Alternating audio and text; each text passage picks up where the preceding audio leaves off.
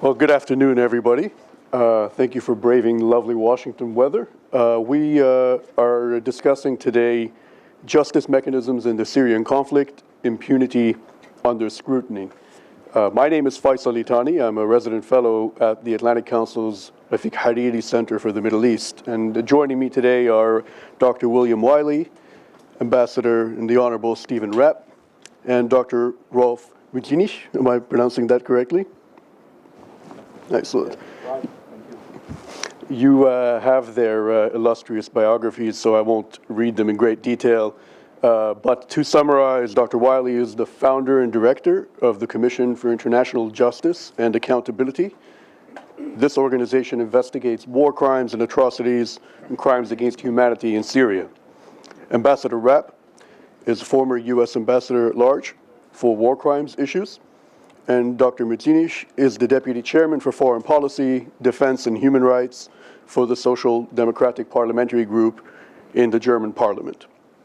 Now, this will be a conversation between myself and the guests rather than a series of pre-prepared remarks. After that, the audience will have a chance to pose some questions of their own. We'll be tweeting this event on @AC Mideast Live and on the hashtag AC Syria. Now, Dr. Muzinish's remarks will be in German. Headsets are provided for a live simultaneous translation. If you will turn it to channel 8, you'll be able to hear that. Now, we've got plenty of ground to cover, so I will not be wasting too much time lecturing about the situation in Syria or the atrocities therein. I do want to say that I think the recent and ongoing Vienna diplomatic track makes this an especially timely discussion. Now, given the sheer scale and intensity of murder and rape and torture that's characterized this Syrian conflict, one wonders how we can even begin to reconcile the need for a peaceful resolution with the issues of justice and accountability. So on that note, and without further ado, let me pose a question to you, Dr. Wiley, to get us started. If you could give us an idea operationally of what the landscape is like. How does the Commission conduct its investigations into atrocities and violations going on in Syria? Well, thank you very much, first of all, to the Council for having us, and of course to Friedrich Ebert Stiftung for of course, hosting this. In terms of the CIJA, the CIJA is a unique body and unprecedented at this point, insofar as it does what public institutions would normally do. In a nutshell, we build, first and foremost, we build cases with an eye to criminal prosecution at the international level at such time as a body emerges, should emerge, or will emerge, with jurisdiction over the war crimes and crimes against humanity being perpetrated in Syria. So to that end, we're not an advocacy organization. We don't, and paradoxically, we don't spend a lot of time, if you will, documenting crimes. Our focus is on the rebuilding the structures of the perpetrating institutions, whether it's the Syrian regime institutions, military, security, intelligence organs, or elements of the armed opposition. And this work is analytically driven. We're divided between a headquarters in Europe and a very large presence, field presence in Syria. Essentially investigators or collectors of information and evidence in the field. So the first cases of the CIJA were completed early this year. There's 24 suspects between those 3 cases. They're built around Syrian regime detention operations. And I suppose what's interesting in the context of the current discussion, both in this room and indeed politically and diplomatically, is that the current president of Syria is one of the suspects in those files. And that case is built to a criminal law standard. Myself and the other leadership of the CIJA have all come from the system of international criminal justice, where we worked in various courts and tribunals in different capacities. And so I think I'll leave it at that by way of an introduction. Yeah. Okay, let me just ask you one sort of follow-up question. To what degree is there compelling evidence that can be used now, regardless of the trajectory of the conflict and the diplomatic negotiations? Well, I think to some degree, my colleagues to my left are better equipped to answer that question or would like to add to that. I guess I'm trying to get a feel for the threshold of evidence. Well, we started this work in 2011. We're a very big organization, and we're quite well funded by various states as well as the European Union. And we collect, if we speak about Syrian regime, we collect very large volumes of information and evidence relevant to the regime structures and regime offenses. So by way of an example, we've extracted from Syria 600,000 or 700,000 pages of documentation generated by regime elements, security, intelligence agencies, and military forces in particular. And whilst we use that first and foremost to build our case files, and indeed the strength of the case against, for example, President Assad is rooted very much in that documentation. There's a number of additional applications that we use or have developed in support of state authorities. And the two main ones, I think, for the purposes of our discussion today is one, to provide support for national prosecutorial authorities that are charged with prosecuting war crimes and crimes against humanity where the perpetrators are found in North America or in Europe. We're aware, if we speak about the Syrian regime, of some fairly high-level Syrian perpetrators from security intelligence organs who are already present in the Schengen zone.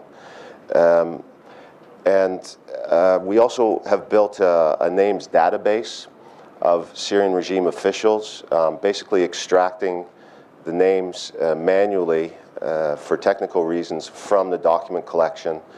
So that database has right now over 500,000 names in it, and we add about 6,000 names a day. That's in fact funded by the German state. And that's a tool that can be used for the screening of asylum and refugee applicants. So it can support, I suppose,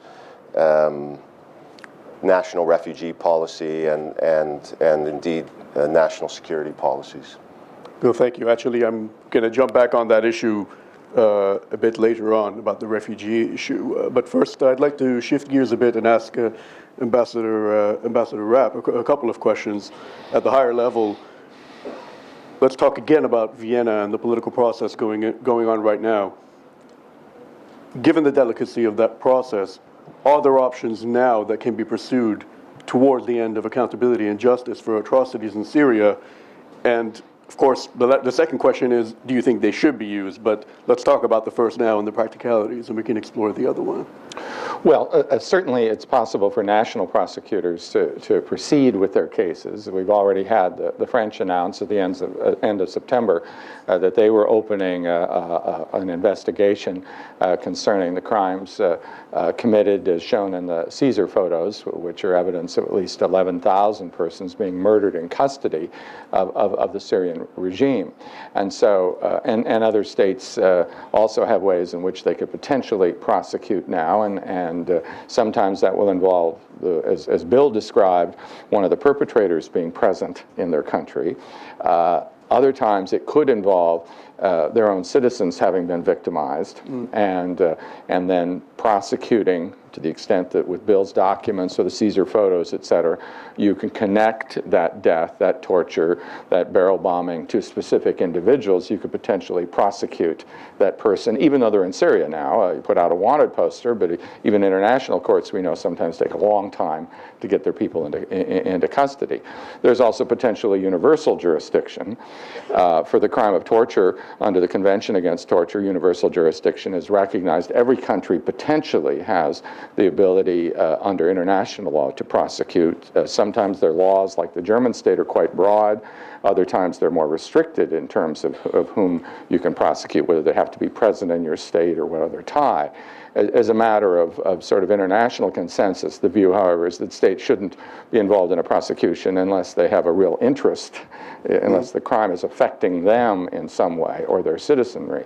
But certainly what we see now with the massive flow of refugees affecting European countries and that refugee flow being driven by the crimes that are being committed in Syria, there is that greater justification to support those kind of prosecutions. Again, those could be of leaders of particularly the persons responsible for various detention sites, the Unit 215 in Damascus of the Syrian Security Service, of the Caesar photos, the first 28,000, 16,000 of those photos came out were of people that had been tortured to death in 215.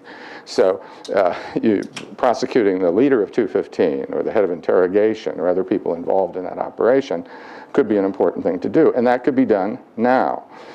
You deal with this other question, of course, about what happens in the Geneva, or it was in Geneva, now it's in Vienna, what happens in this kind of process, and where does justice go there? And we all know, and we recognize as a matter of common sense, that it's hard to get people in the room who may themselves be implicated in the crimes and get them to sign a peace agreement. We've done it in Dayton, for instance, in 1995 in the Bosnian situation, but it's a challenging thing to do. And so many people have this sort of instinctive view, well, let's forget justice, let's push it off the table. It's too hard, it complicates. We need to have peace, and people just going to have to get over it and go forward. When you've got crimes like this, I don't think that's possible when 250,000 people are dead.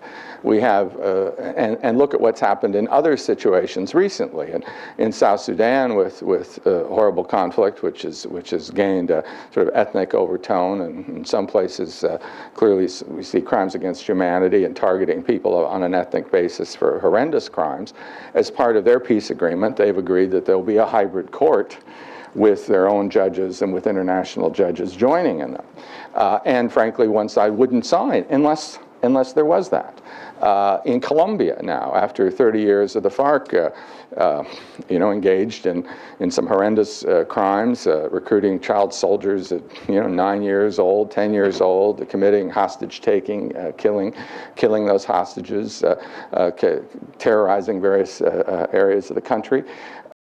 Of course, internationally is a factor too, because internationally now amnesties can no longer be offered. It's a violation of international law. You can't give an amnesty to somebody for peace. Full stop. And if you do, it's no good. I mean, there was an amnesty before Sierra Leone, and the UN said it's no good, and when we prosecuted, our court said it's no good. So you can't give an amnesty anymore, and there could potentially be international prosecution no matter what you agree. And everybody knows that. So you might as well face the facts. But it's more than that. You can't get the political support for the peace agreement without some provision for justice. I mean, in Colombia, forget the ICC, forget international law, they have to put that peace agreement to a vote of the people. The people aren't going to vote for a deal that gives the FARC a 100% get-out-of-jail-free card, that doesn't have guarantees of non-recurrence, doesn't deal with reparations, doesn't deal with senior-level responsibility. That has to be part of it. And we've had examples like Bosnia, where you had a very divided society and some horrendous crimes, including genocide at Srebrenica and I think elsewhere, that divided that society even worse than it was. A peace agreement was established that was a more federal or confederal approach, which is not perfect, but has maintained the peace.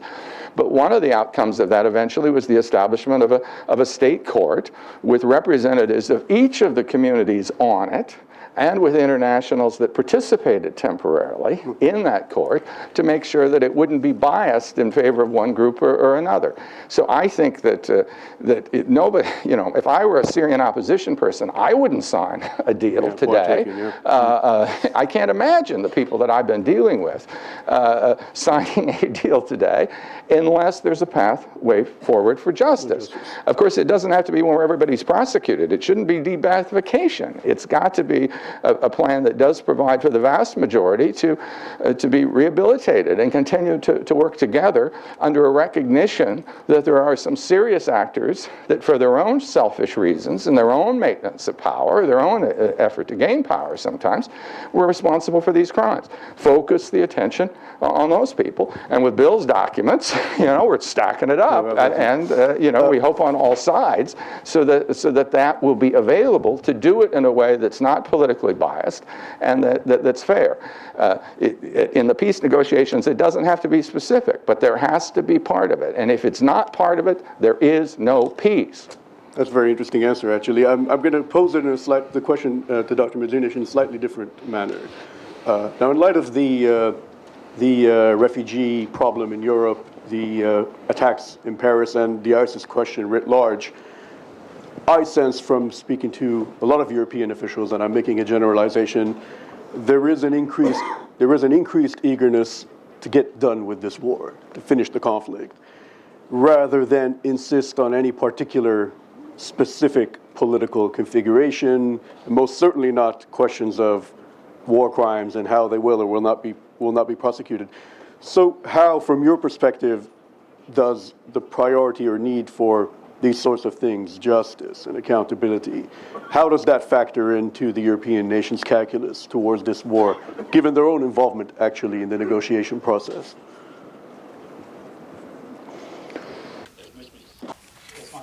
Let me first of all thank you very much.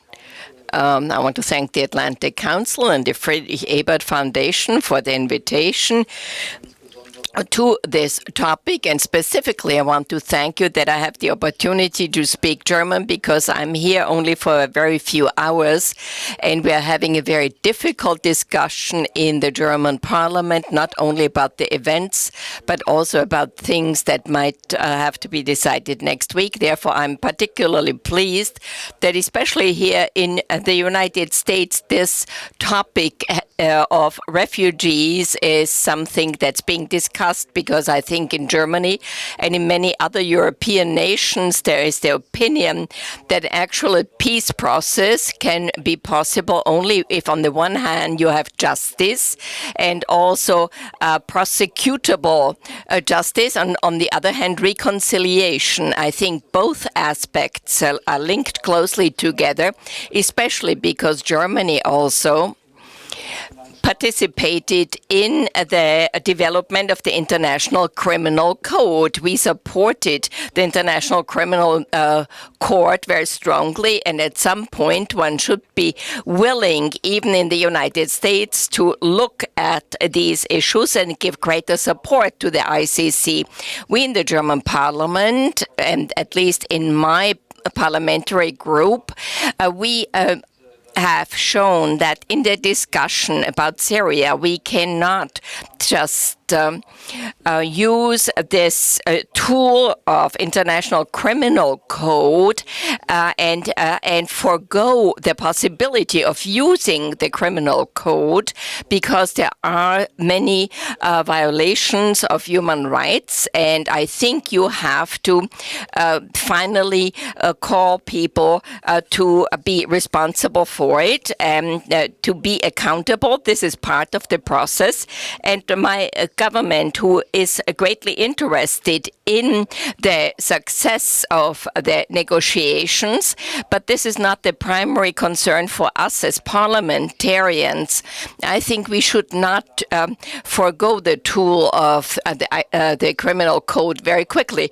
You mentioned Yugoslavia. I think on the one hand, one tried to influence Milosevic, tried to stop violence and the fighting, but on the other hand, there was already a collection of facts for the international proceeding against him, and I think that's the proper approach. And I think it's necessary to have a more civilized approach in international policy, that you have this instrument of the International Criminal Court, which is being used. And secondly, you mentioned something else.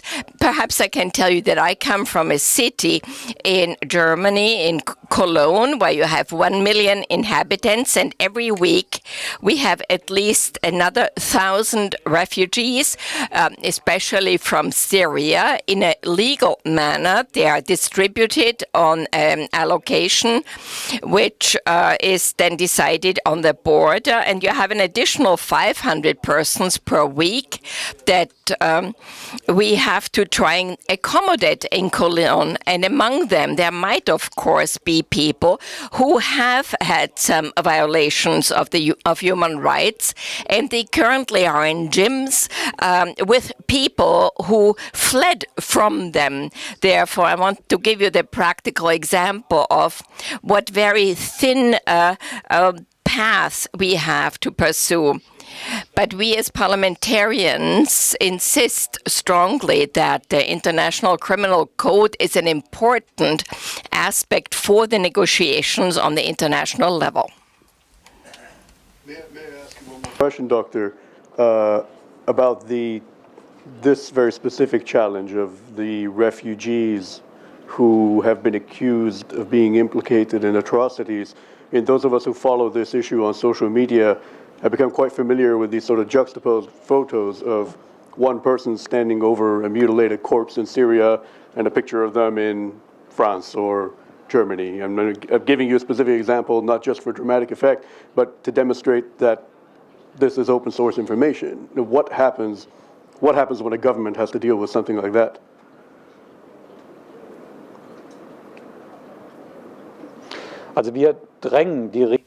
Well, we urge the government to act, but of course the prosecutors to deal with these facts, to actually look at them and to have usable material that then can be used by judges in criminal courts, that you can actually proceed against persons like that. But of course, I understand that the public prosecutors' offices want very specific facts and data, and sometimes it's even difficult to determine what the identity of a person is. We found that, for example, that during the attacks in Paris, there were some documents used that had been falsified, that actually the person shown in the passport wasn't the one that was killed. But I can just speak on behalf of the parliament. This is one important aspect. But let me also tell you, and I don't want to create the impression, and I think it would be wrong and wouldn't be appropriate, that this is not the primary discussion that we have. The majority discussion in Germany is that the large volume of refugees is hard to handle, and we want to treat them on the one hand in a very humane manner. They have a right to do that, but on the other hand, we also want to show them that they are welcome, so that they can remain for a longer period of time in Germany or other countries, and that they feel cared for in those areas. That's very important too, and therefore I think that there are some people in Parliament that discuss this. I think right now this is not the decisive issue in the public, but currently the reporting is more the questions that the Chancellor has answered for herself, but some people are still questioning whether her decisions were the right ones for the country. Dr. Wiley, your ambassador, do you have anything you want to add on this issue of people slipping through the cracks abroad?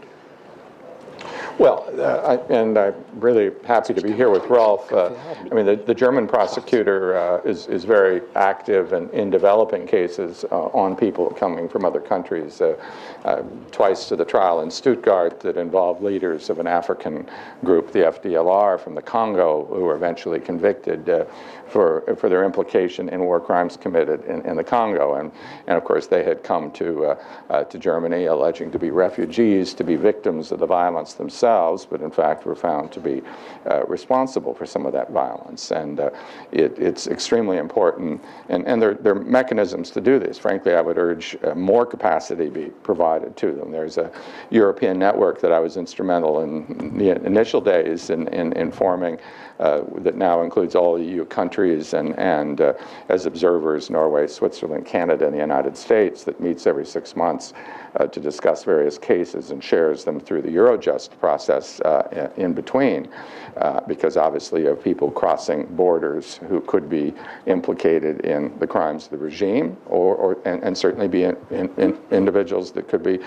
implicated on the other side with the extremist and jihadist groups. So I do think that a great deal of resource should be spent on that, and frankly, we should also be working with countries in the region, with Iraq, with Turkey, with Jordan, possibly even with Lebanon, and developing processes to prosecute people in those places under their law, but in fair judicial trials, and to give an emphasis on judicial responses to this, sending a clear signal that those that commit these crimes can face consequences, and doing it through that kind of process, I think, is one of the most effective ways in which we fight these crimes.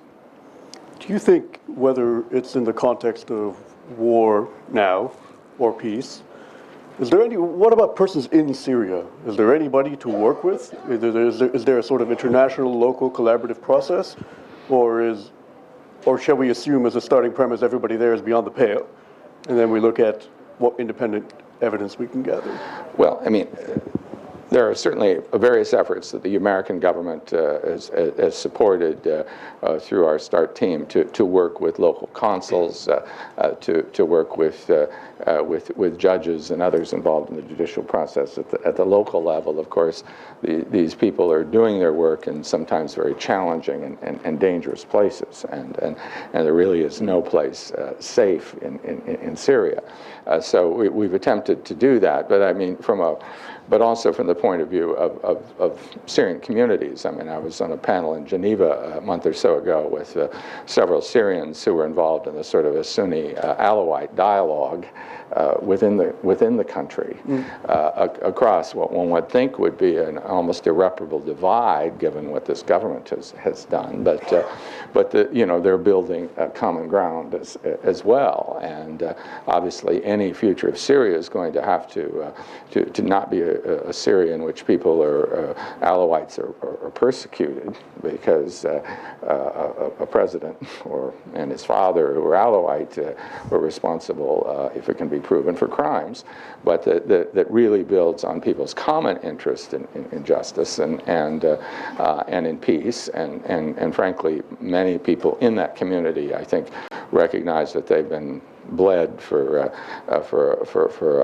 cause that's undermined their future, and we have to develop a way that we can assure that future. Any Syria in the future is going to have to be one that's secure for Alawites, for Christians, for Kurds, for Sunnis, for religious minorities, and that's got to be an essential part of peace. But one of the ways that we make sure that things are secure is we send a signal that if you did these crimes, you're going to, and you're really the author of them, you're going to face consequences. Because as a victim or a survivor, if I see the butcher, the torturer, in my community continuing to act in the security services, and he's never admitted his responsibility or never paid reparations or done anything like that, I'm going to be extremely fearful. Justice is essential to future protection of all of these communities. The tools already exist to if you will, vet political leaders. If we speak about the regime, not to single out the regime unfairly, I'm not sure if I ever thought I'd use that term, but in any event, it's important to understand that the path to leadership in the Syrian regime generally runs through the security intelligence services. And it's very important for, certainly in my personal view, and undoubtedly for the Syrian people, although I don't speak for the Syrian people, that the political actors, and particularly the Western political actors, know precisely whom they're dealing with on the other side of the negotiation table. And that I don't want to suggest that the CIJ is a solution to that, but we can certainly help with that if we're asked to do so, because we have this hundreds and hundreds of thousands of pages of documentation. We can search for names. We have the networks in the field.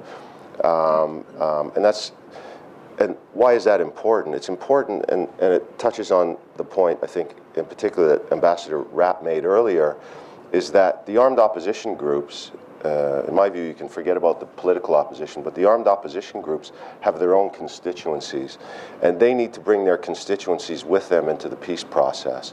And to do that, there is, dare I use this term in Washington, certain red lines that exist for those armed opposition groups, and one of them, I suspect, again, we're operational people, I suspect is the president staying on. In the eyes of the armed opposition, he is a symbol which is unconscionable, and I have no prescription, but then even if you remove or if the president steps aside immediately or somehow some agreed after some months or whatever it is, you still have to know who else is sitting around that table, whether it's indeed regime officials or armed opposition officials. It's very important to understand that Islamic State, for example, or Jabhat al-Nusra do not have a monopoly on criminality on the anti-regime side. Yeah, absolutely. What this seems to imply is actually that the higher up you go, the more culpability there may be, but the more difficult it may be to reach those individuals. So if you can't get all the way to the top, whether it's for political or procedural reasons, do you just go after who you can? And I guess it's a question for all three of you. Or do you give up on that because that would sort of undermine the integrity of the process? Well, I would defer to my colleagues, but from our perspective, as I said earlier in my initial remarks, there's 8 or 10 men in Schengen right now that we know where they are. We know what they've done. We have substantial, from security intelligence services, from leadership positions at the governorate level. In some cases, we can pinpoint within a few meters where they are right now. And whilst it's ultimately a policy issue for prosecutors to decide whether there's a social purpose in these prosecutions, that's not our decision. But what I'm saying is that there's cases ready to go against very serious perpetrators who are in Western jurisdictions that have the necessary legal framework to prosecute them straight away. And I really want to look at this in two ways. I mean, there are national prosecutions, particularly in third countries, and that will depend to some extent on who is there and who's available and who they view as even a threat to their own refugee community. Laws like the German law on universal jurisdiction require an approval based upon a number of factors about proceeding with cases. Unlike the rule in civil law generally, you don't prosecute everybody. You find the appropriate case. So I think everywhere one needs to look at the most serious offenders and the highest kind of impact to the extent that you've got limited resources. I know that's painful sometimes, thinking you're not prosecuting everybody, but there may be other tools. You can put people in immigration proceedings and remove them, or for the day that there's an ability to move them someplace safe. There are other alternatives you can use, but you do want to have a focused prosecution on those that on whom you have a serious case, even in a third country. But obviously, some of those people may be a lower level because those are going to be the ones available. If you have a process nationally, or if you have a hybrid process where internationals become involved, like we had in Sierra Leone, or if you have an ICC process, then the focus, I think, is on dealing with the individuals of greatest responsibility. But that not always goes to the top, and it not always starts at the top. those of us that have prosecuted organized crime in our own country often, go after a mid-level actor, and we may then, through that prosecution, develop information that allows us to go higher. There's nothing, and I frankly think sometimes it can be quite counterproductive to immediately shoot at the top in a case. On the other hand, if you can develop the evidence against very high-level actors, by all means, when you have that evidence, at some particular point, you make the charge, and it may be that person won't be available immediately to you. They may be in hiding somewhere. They may be in a country that's not in the ICC and that won't cooperate. Pressures can build eventually where you get that person, but it may take a long period of time. But as I say, one needs always at the international level, and I also think at the national level when it comes to these cases of crimes that arrive in other countries, a strategy that focuses on developing cases against the most serious actors and cases that will have the most impact in terms of sending a message to others that might commit these crimes that their consequences. And obviously with the kind of information that CJA and that other programs supported by my friends from the Syrian, the SJAC, the Syrian Justice and Accountability Center that the US government and other governments set up, that kind of information can be very useful in developing these cases and providing the leads for the national or international prosecutors to present the evidence. Thank you. Dr. Mutzenich, do you have anything you'd like to add? Ich stimme dem I fully agree with what was said. I already pointed out that in Parliament there is agreement and unanimity across party lines that the criminal code is an important instrument also for providing a reliable peace ultimately. But I do not want to give the wrong impression here. The federal government has been very happy during the last few weeks that there finally are serious negotiations in Vienna, or that they may have started, that there possibly might be an end of the civil war in Syria. And over the last few years, we have worked very hard to make sure that such negotiations are started. It isn't the first time. In Geneva, for instance, under the purview of the United Nations, we had something, and we have various actors there that are very strongly involved. But Russia, for example, is also a country that has to be part of it. And a very important player, of course, is the Iran.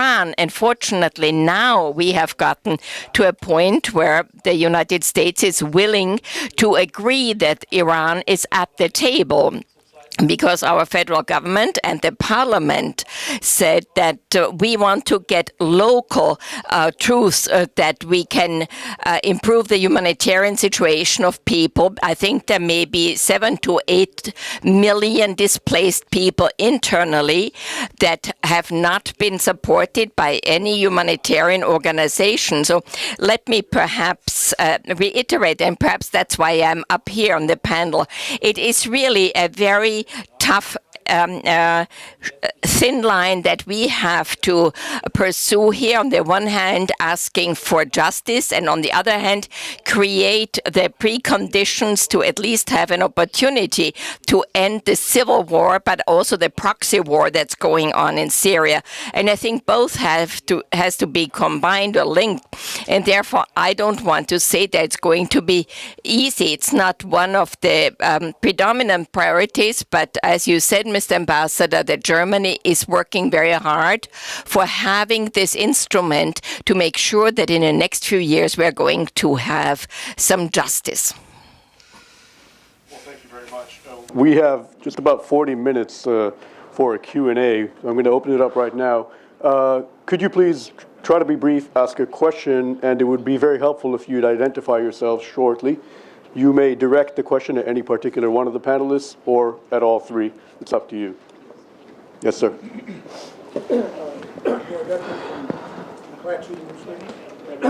Do we have a microphone? Roy Gutman from the McClatchy newspapers. what Dr. Muchnich was talking about earlier about the the problem of the perpetrators being in the same gymnasium as the as the victims. If you recall, 1993 or 4, at the very beginning of the Hague Tribunal, Duško Tadić was arrested in Munich, identified by the victims, and the German police handled it, it seemed to me, awfully well. And he became the first person put on trial in the Hague Tribunal, or first person sent there. So Germany has a great deal of depth of experience on that. I had a question about that. Maybe at least Steve Rapp and Dr. Wiley could answer about the process of the tactic of barrel bombing that has now seemed to take over the entire war from the side of the government in terms of how they deal with the opposition.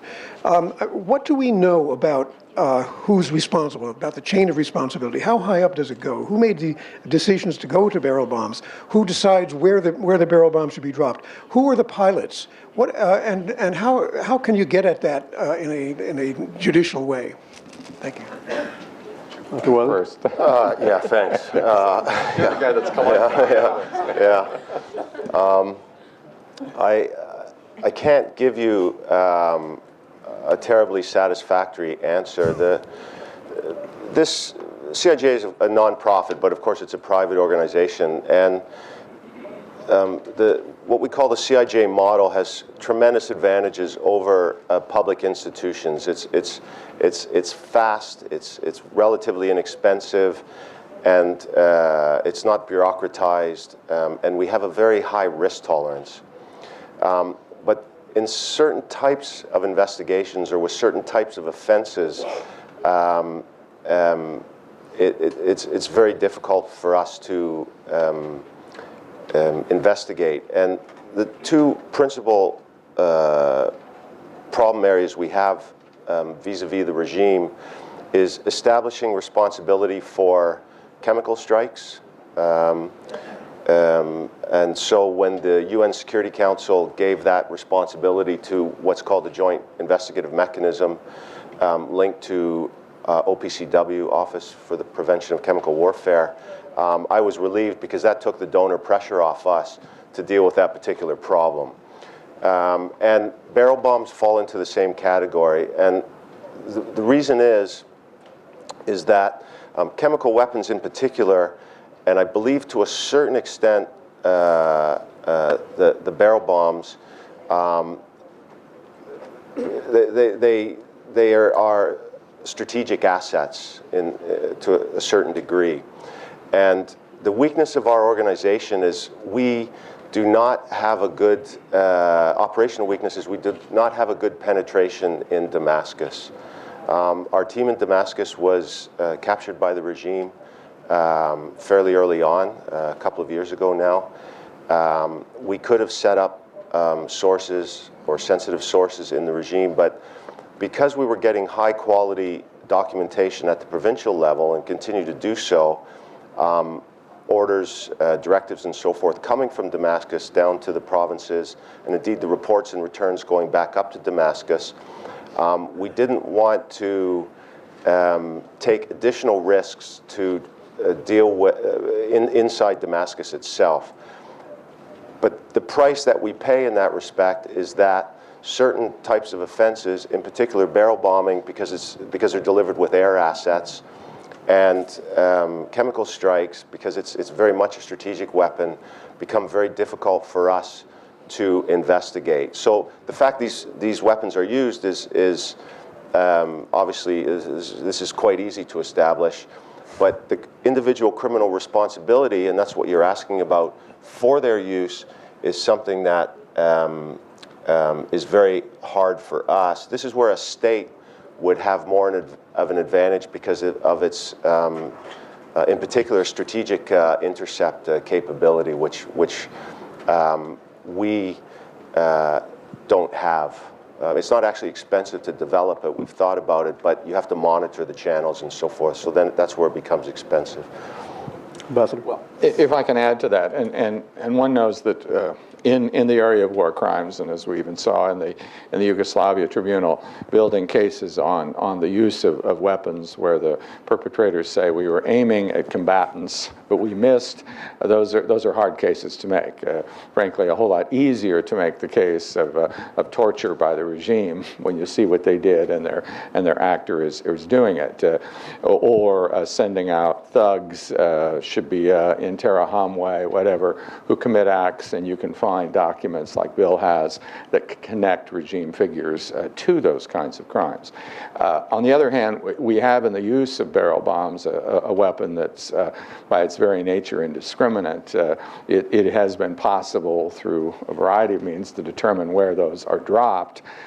There have been efforts, and I know Bill's involved in video analysis, that your group in Bulgaria, as I understand, has 400,000 or so videos that you're analyzing, and this often consists of people taking pictures of the aftermath of these attacks. Now, all of which is to say that it was the first thing I dealt with Bill on Syria, which was training people locally where to take those pictures, because pictures of just a horrendously tragic close-up shot of someone dead does not prove other than that person is dead. You need other kind of information about the shell hole and about other things like that may come off these videos, may not, but it's all a reason why. And of course, these can be great risks that people are taking, but it's important, and there are various initiatives to improve the training and to improve the ability of videos like the eyewitness program, the use of cell phone video and being able to upload it to a center and things like that. But knowing how to do these things well, I think, can make that information more valuable. Fundamentally, though, Roy, I mean, I was on a panel, as I said, in Geneva a couple months ago, and it has a defecting military officer, a defecting brigadier general from Syria, and he said, you know, we've dropped 2,000 or more bombs, at least at that stage, on civilian areas, trying to get to the sort of armed opposition, and he said at that time we've dropped maybe one on ISIS, you know, et cetera, and that the whole approach of these weapons has been to hit neighborhoods where, indeed, which are frankly viewed as pro-rebel, but without a specific targeting of a rebel cell or artillery emplacement or whatever. They are an effort to intimidate and destroy the civilian population. And we've had those that are dropped on markets. We've had them dropped in medical facilities, et cetera. And so I do think that we will be able to develop the kind of evidence based upon the targeting patterns here that shows that this is a weapon that's been used indiscriminately in violation of the laws of war, which require that one distinguish between military and civilian targets, and that you use proportionate force based upon the military advantage. And based on that and command responsibility, given the fact that it can be possible to develop evidence that, indeed, I don't know who else is flying helicopters or fixed-wing aircraft, at least the Russians now and others against ISIS now, but certainly at particular times the Syrian military was the only game in town in the air. One can, I think, through command responsibility, take up responsibility to people in the Air Force and on into the political control of the services.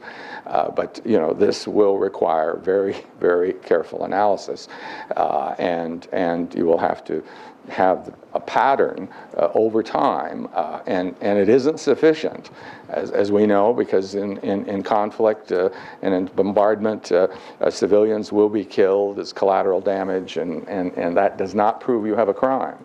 You have to show this indiscriminate targeting and this failure of the principle of distinction. And to the extent you can show that it's extensive, widespread, systematic, then you can even have the kind of case that can be prosecuted at the international level, let's say the ICC, if there were jurisdiction. Thank you, Ambassador.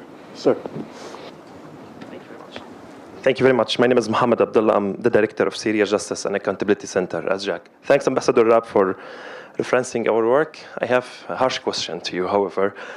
You mentioned amnesty is impossible given the amount of the violations, and it's no longer possible. Can you comment on what happened in Yemen, where the Security Council sponsored a negotiation and gave amnesty to the president?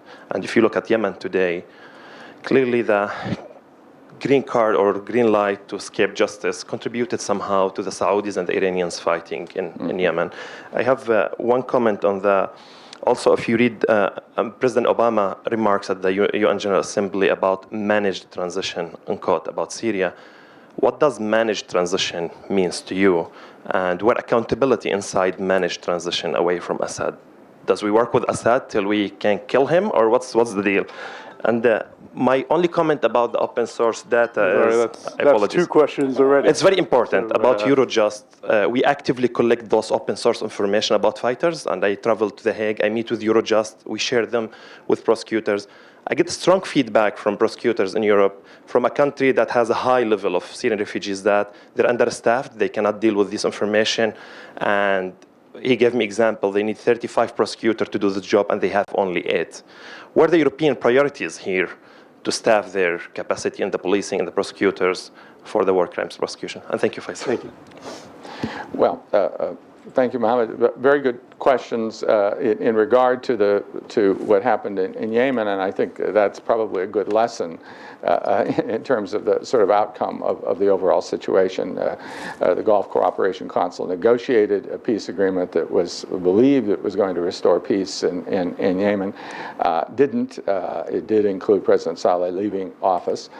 He did, but obviously has now continued to play a role thereafter in support of the Houthis and to the instability and to the loss of life and peace in that country. And so do keep in mind that the crimes for which one receive amnesty, and I want to be plain about this, one can in any kind of national system, and we actually encourage it in civil wars, give an amnesty to people who have been engaged in conflict but have fought honorably. Even those that have committed what might have been a treason or insurrection or sedition or terrorist act by blowing up a police station or something like that, those kind of acts can be forgiven because those are the kind of things where they were fighting a war and if they were targeting military targets, they can be forgiven that. And crimes that are not international crimes can be forgiven. And there we're talking about widespread and systematic attacks on civilians and war crimes, and as the ICC statute says, particularly of a systematic sort, that those kind of crimes can't be forgiven under an amnesty. Now, where the conflict was in Yemen and what the responsibilities were and where that amnesty led off, we recently had a case in Uganda, for instance, where they upheld their amnesty law but said it doesn't apply to genocide, war crimes, and crimes against humanity. And that's, I think, basically the rule. Fundamentally, though, the issue here is that if countries reach arrangements in terms of what they're going to do and who they're going to punish, and the crimes haven't reached a very high dimension of gravity, most of the rest of the world's not going to jump in there and say, no, you have to prosecute. No, you should do this. You should do this. These are going to be calls for that country.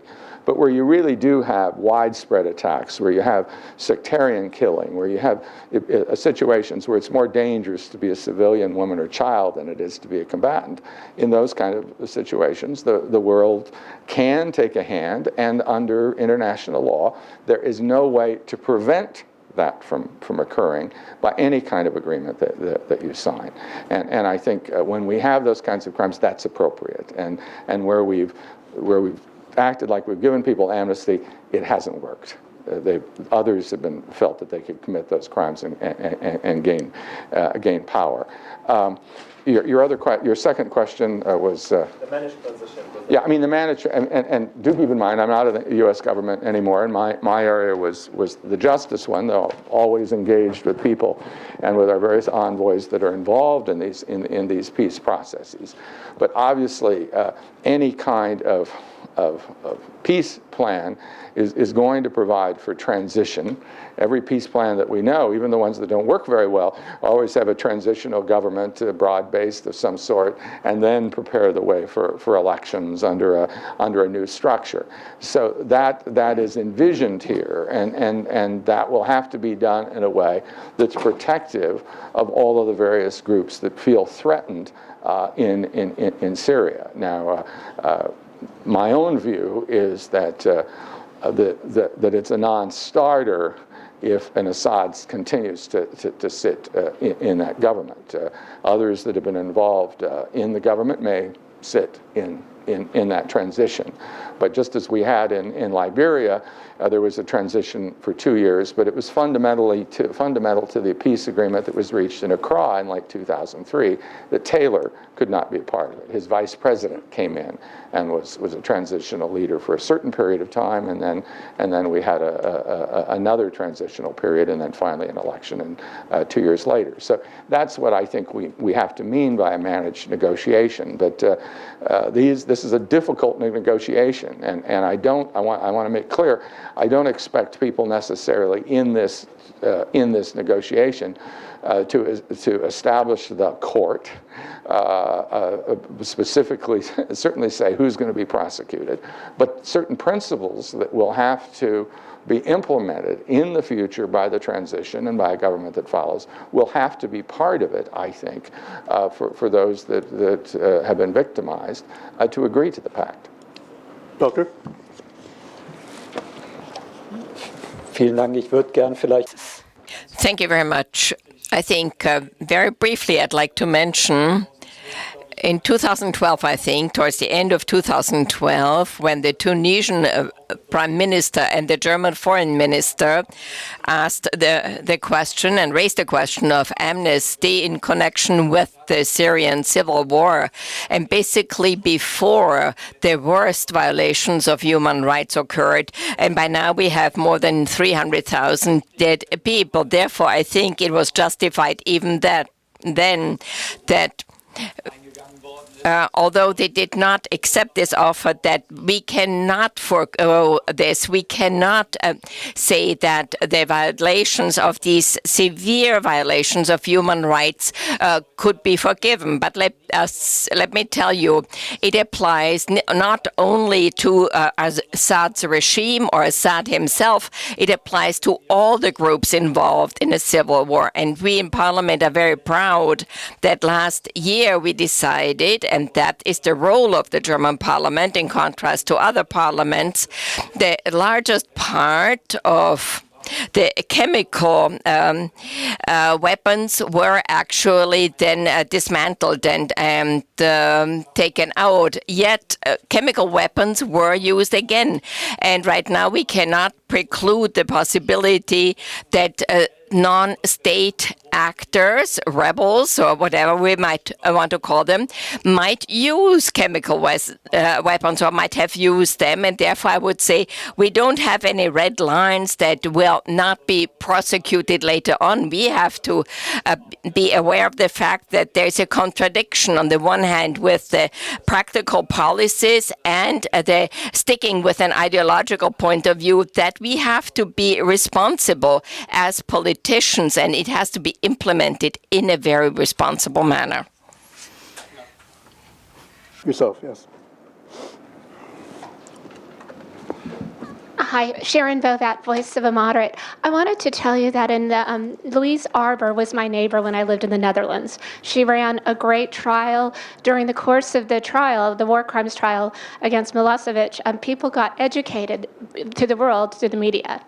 And it really, in contrast to the Lockerbie that was going on at the same time, people had great respect for the ICC.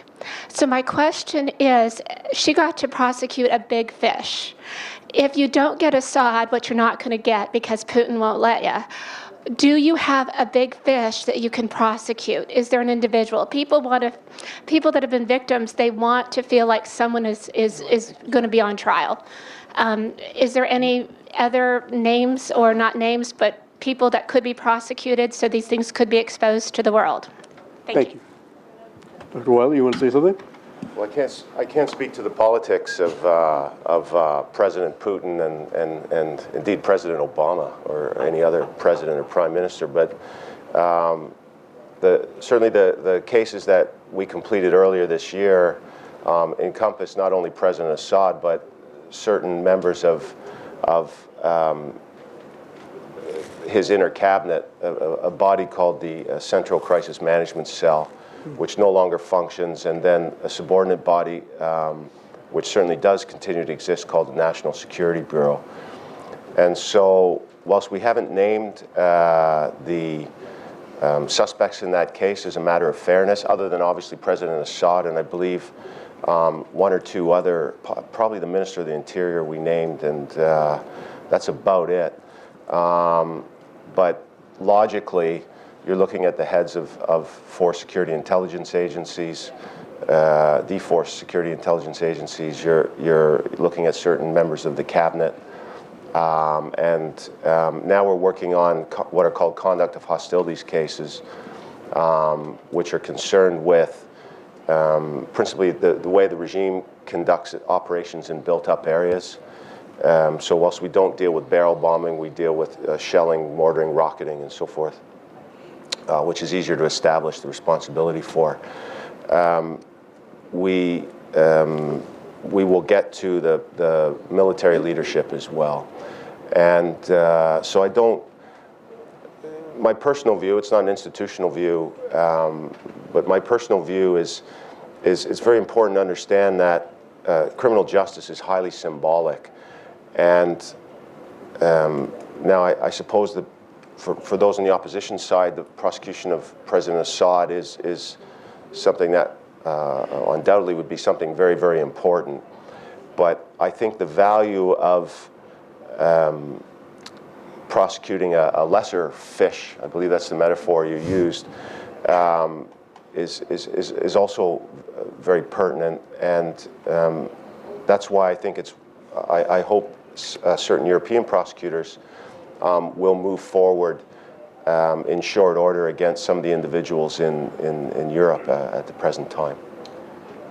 Thank you. If I can answer that, I'd leave here tonight Very briefly, because I want to move to the next. Yeah, but I do want to respond just quickly to the Nuremberg Institute Academy established by the German government itself to commemorate what happened at Nuremberg, which at one time was thought of as victor's justice. But when we conducted that trial, Hitler and Goebbels were dead. Some said, well, what's the point? But, you know, we had Goebbels and Ribbentrop and Kaltenbrunner and others that were responsible for various parts of the German state that had committed these horrible crimes, and we did a dozen other cases thereafter, various sectoral leaders from doctors to industrialists.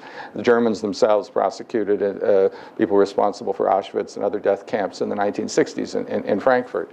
One can do very meaningful trials and not have the top leader who's no longer with you, and in some situations it's impossible to get the person in custody. They may die before it's done. I mean, the Yugoslavia Tribunal got all its fugitives eventually, but the Rwanda Tribunal, there's still 9 people out there. Just because you can't get everybody doesn't mean you can't do something extremely valuable. And many of these actors, you don't know their names, but you will when the evidence is presented, and you'll see the key role and the really brutal role that others played in this hierarchy. Very good point. The gentleman in the back. Hi, thank you very much. It's been a fascinating discussion. At some point... Could you identify yourself? Oh, sorry. My name is Doug Brooks. I'm with the International Stability Operations Association. We work with the contractors that support peacekeeping stability operations.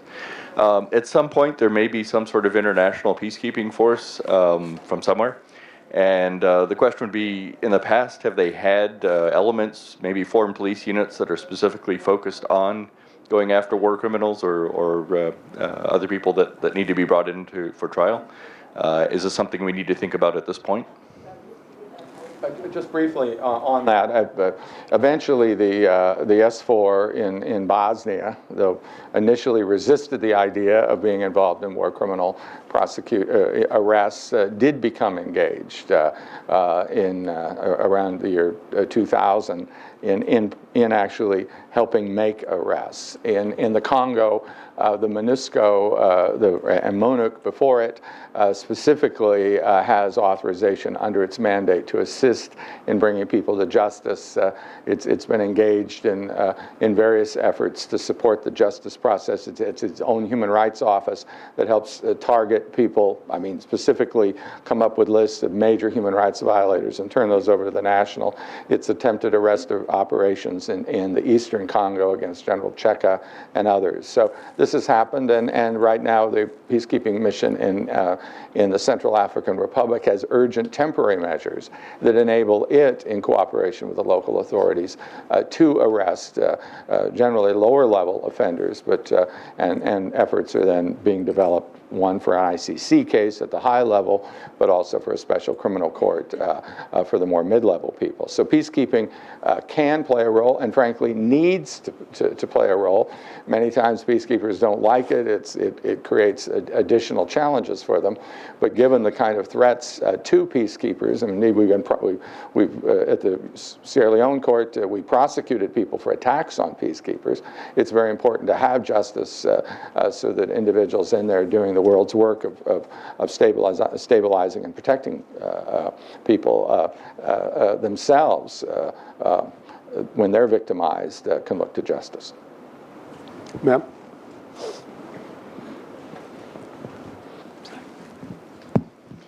Nadine Wahab with the Arab Center for the Promotion of Human Rights. And I have a question about international or the sort of proxy actors in the region. Human Rights Watch just, in October, released a press release requesting an investigation into Russian bombings. So how do we hold international actors, not just for direct attacks, but for financing, whether you're talking for the financing of ISIL or other financing of the regime? How are we going to create a mechanism or to use international mechanisms available to not repeat this? Because to me, Syria isn't just about Syrians. There are a lot of international hands involved.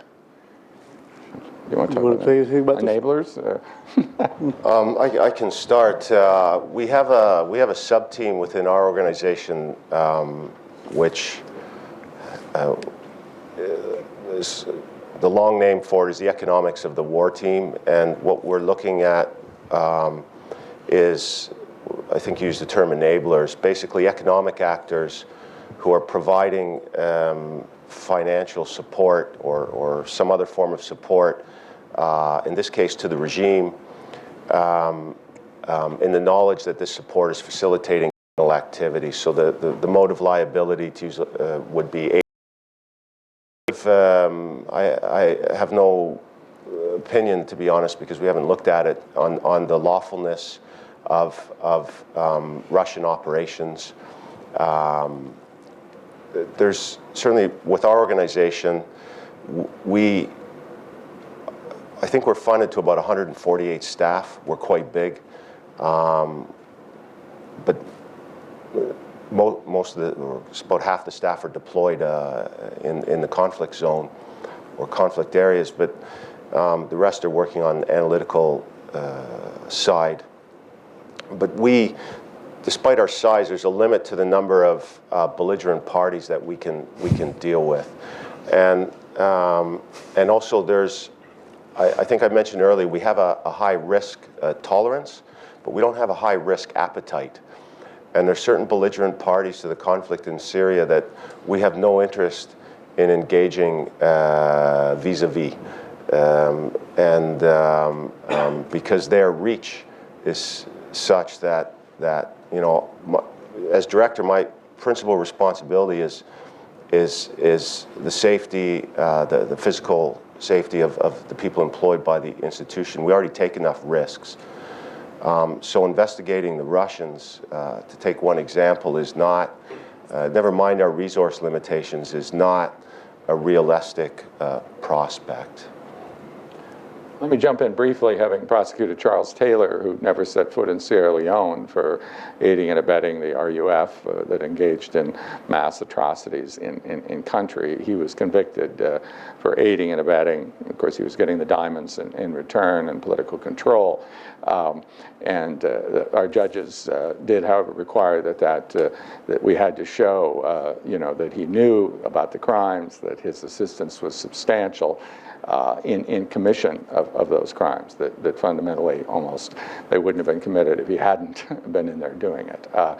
Obviously, when you get into a place like Syria, and of course we've dealt with the issue in the past of arming and training the Free Syrian Army, et cetera, and the sort of questions, and you can find yourself trying to do the right thing, and then somebody commits a crime. Are you responsible? Sometimes you can be, but you have to be extremely careful. This is why we've gone through this whole vetting thing, and we have our own laws in the United States, the Leahy law that doesn't allow us to train or assist any unit that has human rights violations. You can, and sometimes you need to protect people, aid particular forces in civil wars, to be realistic. There are legal ways to do it. The question is whether people who cross that line are doing them in an illegal way. The liability could be in supporting some of the things that Assad is doing specifically. And then if one becomes an actor in the conflict, if you're dropping bombs yourself, then if you're not following the rules of proportionality and distinction, you yourself could be held criminally responsible. For my own,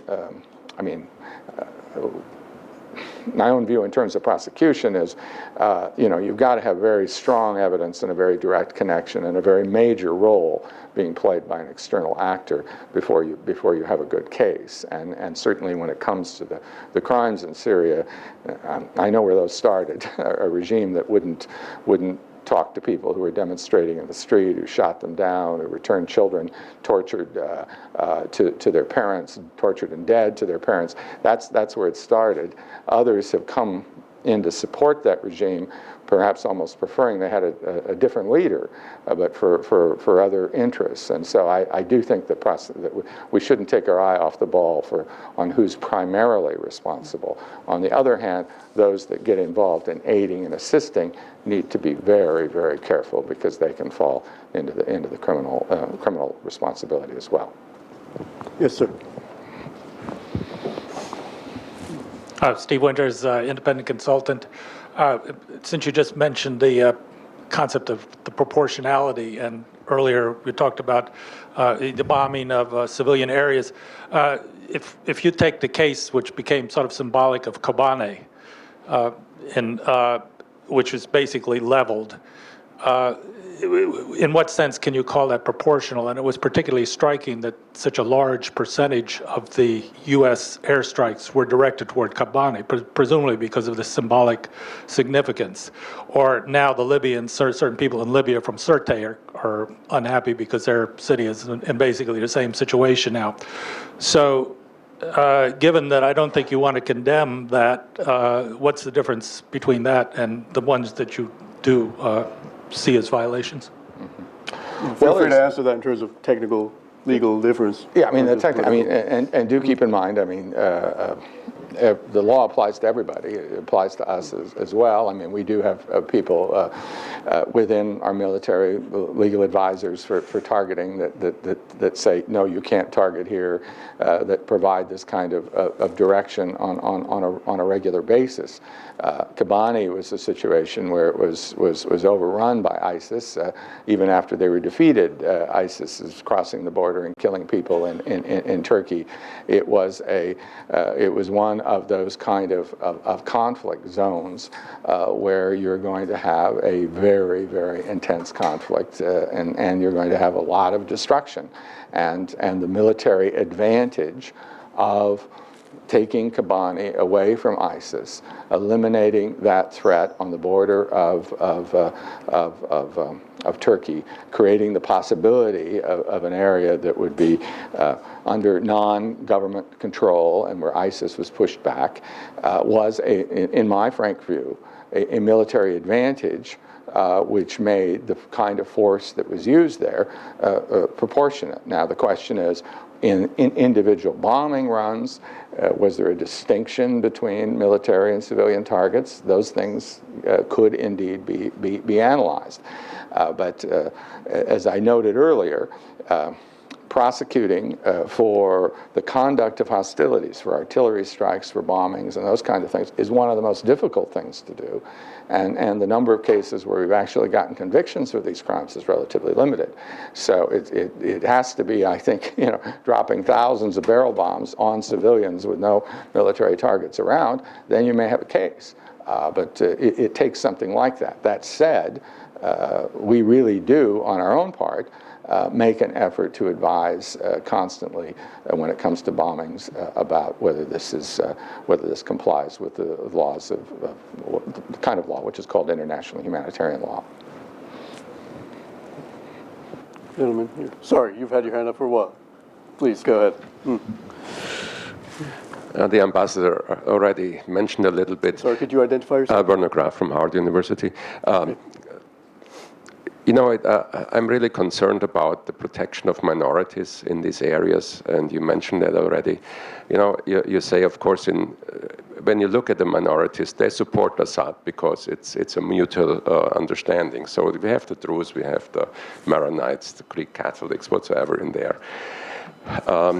In Yemen, all the Yemenite Jews left. We had basically a big massacre of minorities in Iraq. What I know from my Egyptian friends, the Coptic Christians are in not a very good state.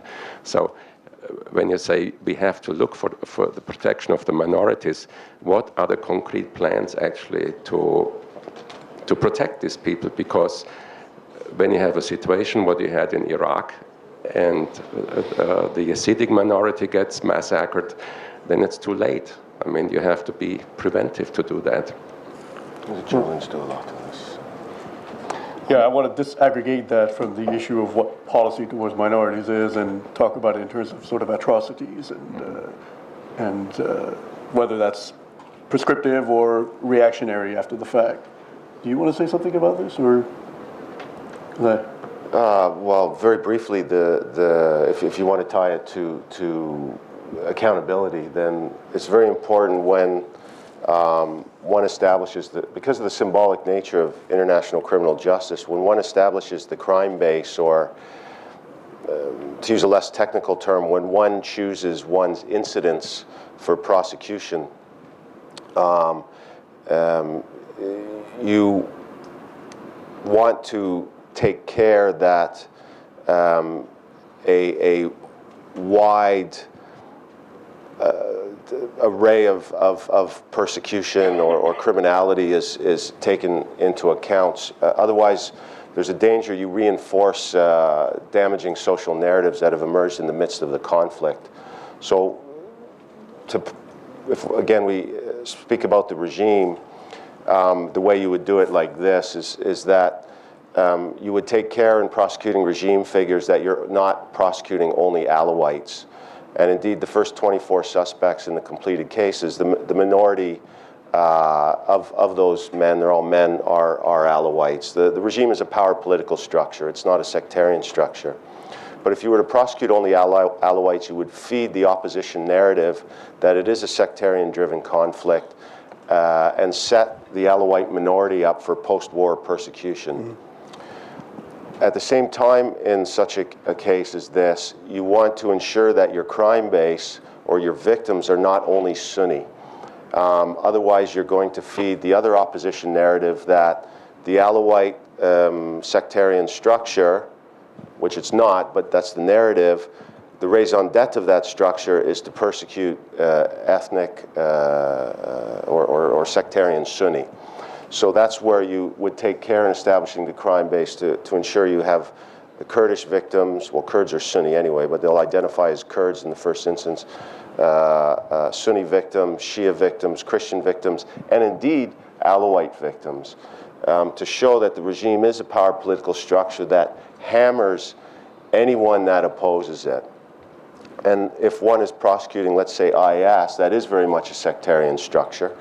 But the principal victims of IS are the overwhelming majority of victims of IS in Syria, most especially are Sunni, because that's who they get their hands on. It's somewhat more nuanced in Iraq. We know about the Yazidi and Christian populations in particular, but even in Iraq, the vast majority of victims of IS are again Sunni. Yeah. Actually, I'd like to hear from both of you about that. Dr. Madej? Jump in. I also think that we have to be very careful that our policy is not focused on looking and protecting only specific groups or accusing specific groups. International criminal law applies to an individual, and those that have committed violations of humanitarian law. But still, it's a very, very narrow path to pursue. You have certain examples that you set, and I think the international community has no doubt that the regime in Syria, which of course is strongly supported by Alawite groups, and they are the core group after all, that those responsible are the ones that actually used violence in pursuing the civil war, and that they used a lot of violence in pursuit of their political goals. And I think the investigations of these questions are part of the entire discussion so that ultimately we reach justice. But the problem is we have not been able to end the civil war. We have not ended the proxy war. Basically, we're at the beginning of a process, and therefore I'm even more grateful that even today here the criminal law is being raised as one issue, and that those that are needed on the one hand to end the civil war will not be possible with impunity later on to evade international criminal law. I think it's very important that they will have to face justice. I think I've seen over the last few years and months that the opposite was true, and something was mentioned here, of course. I would have been very happy if the Tunisian president would have stayed in South Africa, and that the investigations against him would actually have been successful, but it seems that things developed differently. I think we heard Tunisia. I'm sorry, it was Sudan. Yeah, it was. Ja, ich glaube, Sie sprachen über Bashir von Sudan. Dolmetscherin entschuldigt sich, ich habe das falsch übersetzt. Ja, also es war die südafrikanische zivile Gesellschaft und all das, und die haben dann also diese Entscheidung rückgängig gemacht und all das. Und das war leider sehr bedauerlich, dass er tatsächlich davon kam, aber sowas kommt halt vor. Ich wollte noch etwas kurz erwähnen. International justice is about individual responsibility. I mean, it's very important that we understand we're not indicting whole groups, because the whole groups aren't responsible. And to the extent that you prosecute high-level people that are responsible, and the group itself engages in that judicial process, that's one of the ways in which it redeems the society and allows reconciliation to take place.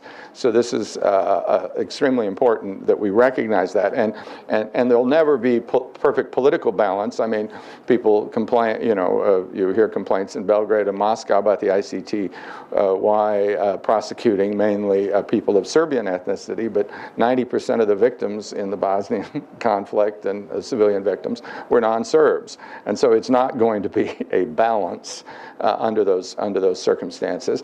And you don't prosecute somebody who's a major killer over here who's killed thousands, and somebody over here only killed 1 or 2 people. That 1 or 2 person case doesn't belong in an international court. That may be not a case you prosecute at all. They have to be major actors, and you have to be dealing with systematic conduct on their part. And within that context, one then does look, as we did at Nuremberg, for symbolic cases to make sure that message is sent, because in the end you're making discretionary decisions about where to use your resources. You raised the issue of prevention. one of the challenges I have as a prosecutor, and even when we were doing the Atrocity Prevention Board, is they'd say, what's my tool for prevention? Well, my tool for prevention is we're going to prosecute these people afterwards. And people say, well, that doesn't do much good. Folks are already dead, afterwards. And don't you have something better than that? And indeed, there's some other tools where we try to engage ahead of time. But I do view the criminal law, the perception that people won't get away with it, the idea that if you commit these serious crimes, you're going to face consequences, as one of the ways that we avoid life even in well-ordered societies being not nasty, brutish, and short. People don't commit the crimes because they're going to get caught and their lives are going to be changed and horrible things will happen in terms of them going to prison. And eventually norms are established where people don't violate. But it takes that kind of promise, indeed that kind of threat, and by doing that I think you can have an impact, but it may not be an immediate one on this group. Prosecuting these guys today, arresting this high-level fugitive may have an impact someplace else. And by doing it everywhere where these things happen, I think we begin to do that. That's not enough for the Yazidi and others, but keep in mind, in those kind of cases, we will be talking about genocide. Now, of course, a genocide sometimes doesn't have as many victims as a crime against humanity does, but the idea that you go in there and basically say these Yazidis should cease to exist, they either have to convert or die, and they can't even leave. It's one or the other, and their women and girls are enslaved and sold as concubines. That's a genocidal crime, and sending the signal that when those kind of things occur, you're going to prosecute that as genocide can be helpful. I would note that on the, as we say, the kinetic front, our own operations early in our intervention in Iraq with President Obama noted the crimes against the Yazidis, attempted to target our bombing to stop ISIS attack on Sinjar. We've recently been involved in support of the Peshmerga, which have retaken Sinjar, which have exposed some of the mass graves that now need to be investigated. And so, and we've had the same sort of thing happening in another operation dealing with the Turkoman Shia. So actually there is more being done, and of course a very blunt instrument at that, to respond to some of these kind of crimes to the extent we can in our military operations. But that's kind of outside the justice area. For my part, the key thing is to recognize that these crimes where one attempts to destroy a whole ethnicity, drive it off, eliminate it from a place where it's been for 3,000 years, those are horrendous crimes. They need to be prosecuted. People need to know that if you do that kind of thing, the world's not going to forget, and the people responsible for it are going to be chased to the end of their days. Well, thank you. Unfortunately, ladies and gentlemen, we have to wrap up. My apologies for those who didn't have a chance to pose your questions. There were too many of them. Well, look, this has not only been very educational, it's also, I'm struck by the fact that all three of you offered principled and prudent positions. This sort of stuff has become a bit rare in the Syria debate in Washington. So thank you again for bringing that back up to top of mind. Ladies and gentlemen, please thank our guests with me. Thank you. Thank you.